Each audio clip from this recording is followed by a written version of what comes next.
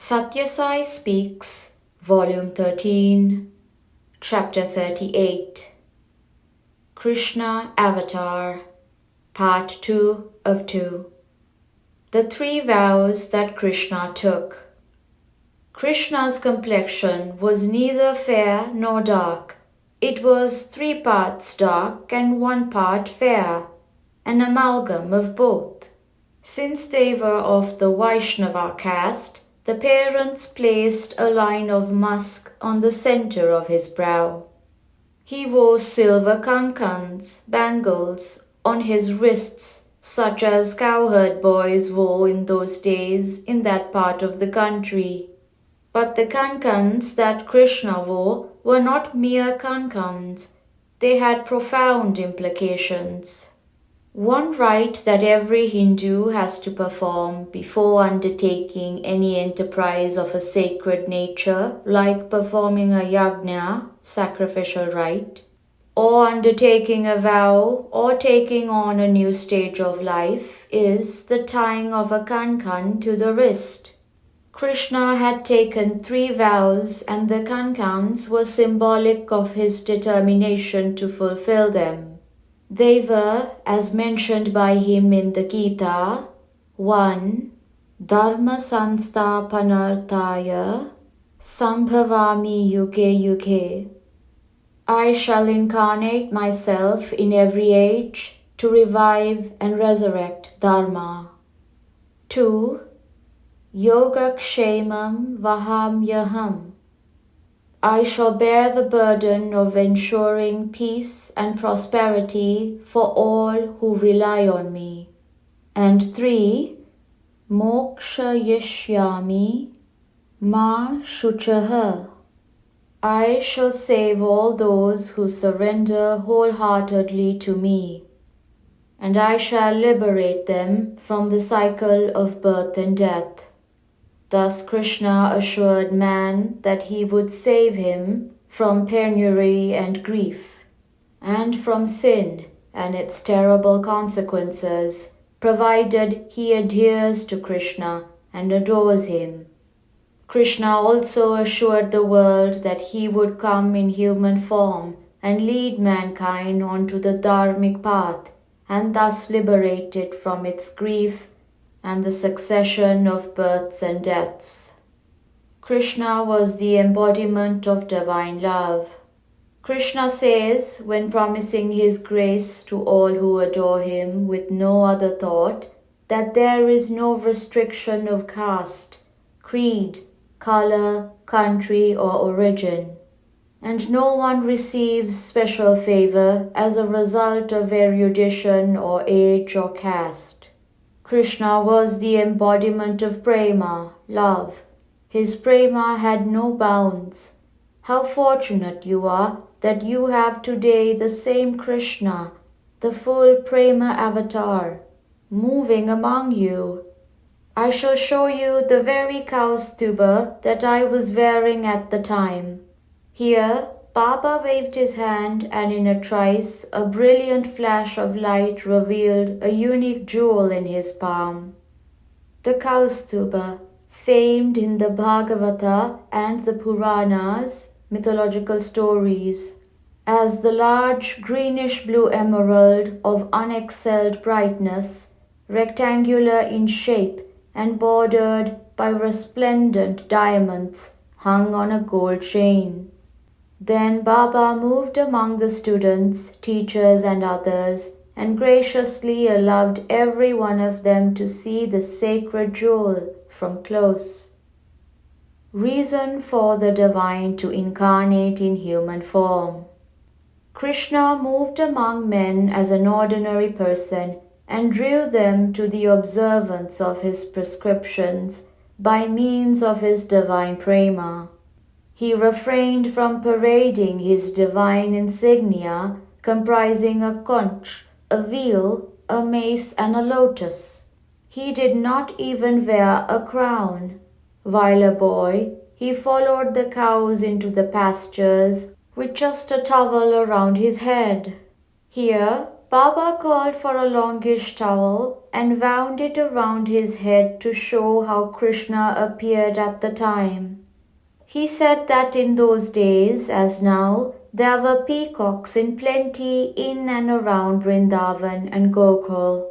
So when he came across a fallen feather, he stuck it between the folds of the towel. It was a moment of rarest and finest detail when Baba stood, revealed as the boy Gopala, before hundreds of awestruck and adoring devotees. When the Pandavas celebrated the Ashvamedha and the Rajasuya Yajnas, Krishna asked for some assignment to be given to him so that he might be of service. Though he could destroy the entire Kaurava race, he tried his best to instill good sense into them in order to save them. Now, as well as then, the teaching and the message are the same.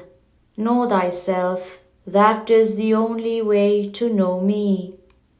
Being associated ardently with all living beings, winning their love through love, and through a process of correcting their vision and purifying their consciousness, leading them to the realization of the God which is their core. This is the task before you.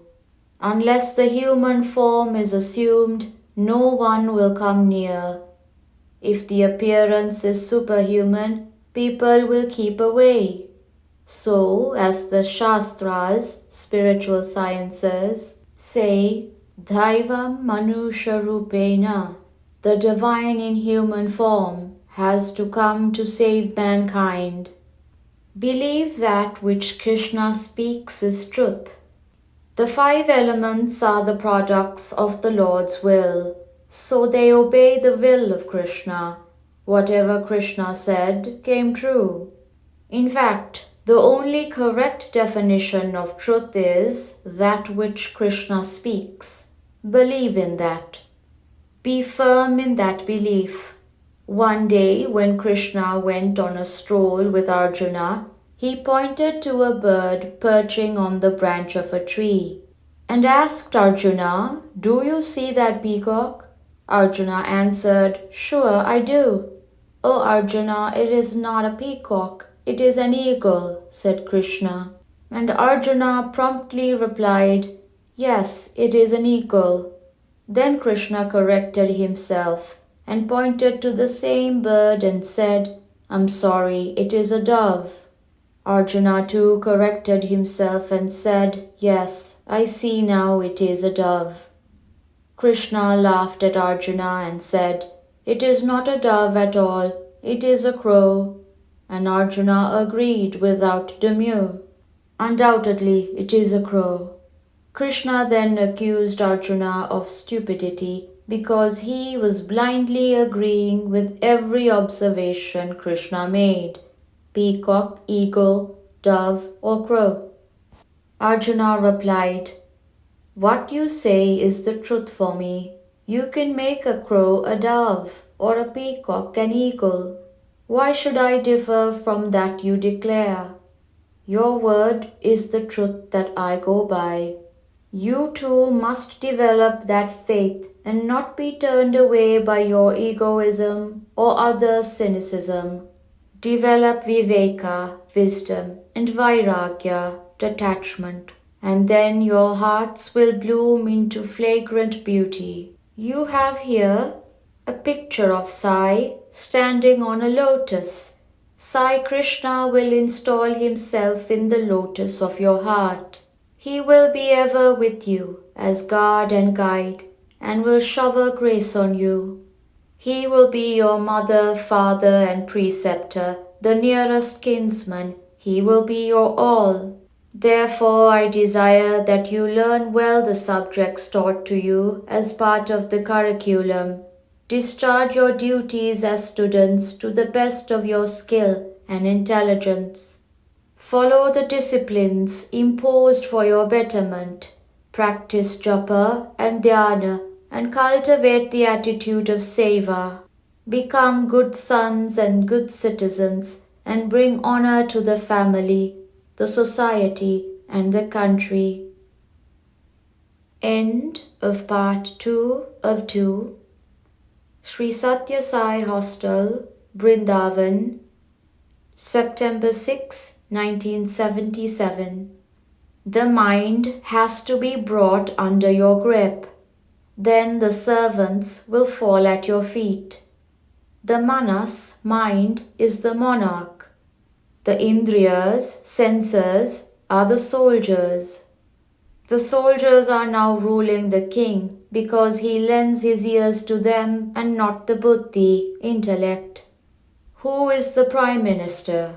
Let buddhi take charge, and in a moment the senses will be forced back into camp and the mind can save itself. Sri Sathya Sai Baba.